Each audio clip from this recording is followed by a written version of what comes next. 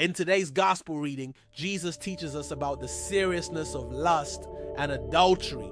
And you've probably heard this before, but I'm going to read it again because it's so important. Matthew chapter 5, verses 27 to 32. You have heard that it was said, you shall not commit adultery. But I say to you, everyone who looks at a woman with lust has already committed adultery with her in his heart. If your right eye causes you to sin, tear it out and throw it away. It is better for you to lose one of your members than to have your whole body thrown into Gehenna. And if your right hand causes you to sin, cut it off and throw it away. It is better for you to lose one of your members than to have your whole body go into Gehenna. It was also said, whoever divorces his wife must give her a bill of divorce. But I say to you, whoever divorces his wife, unless the marriage is unlawful, causes her to commit adultery, and whoever marries a divorced woman commits adultery. Now why does Jesus teach such a harsh law? Why does he say to tear out your eye or cut off your hand? That sounds extreme. Now, these are strong statements meant to drive home the point that sin begins in the heart and mind, not just in outward actions. A person who lusts after someone is guilty of adultery, not because they've acted on their desires, but because their heart is impure. Their intentions are sinful.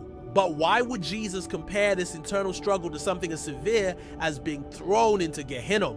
Well, Gehenna was a place of torment, a symbol of eternal damnation. By using such strong imagery, Jesus underscores the gravity of the situation. He's not just talking about any ordinary sin. He's talking about a sin that can corrupt the very core of a person's being and lead them away from God. So what is the solution? What is the remedy for this internal battle? Jesus doesn't provide an easy answer. He simply challenges each one of us to examine our hearts and deal with whatever is causing us to sin.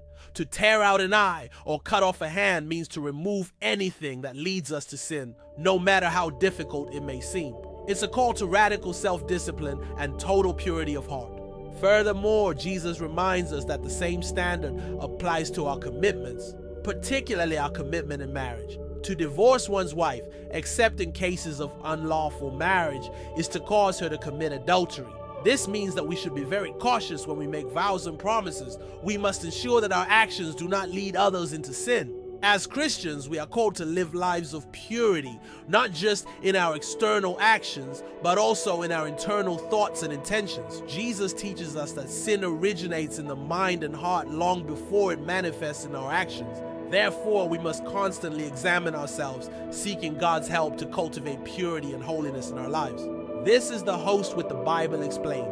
And remember, if you want to receive the daily gospel reading and reflection in your email inbox, sign up for our newsletter. It's free. Just visit our website and click on the link in the description below. Until next time, may the Lord bless you and keep you in his love. Amen.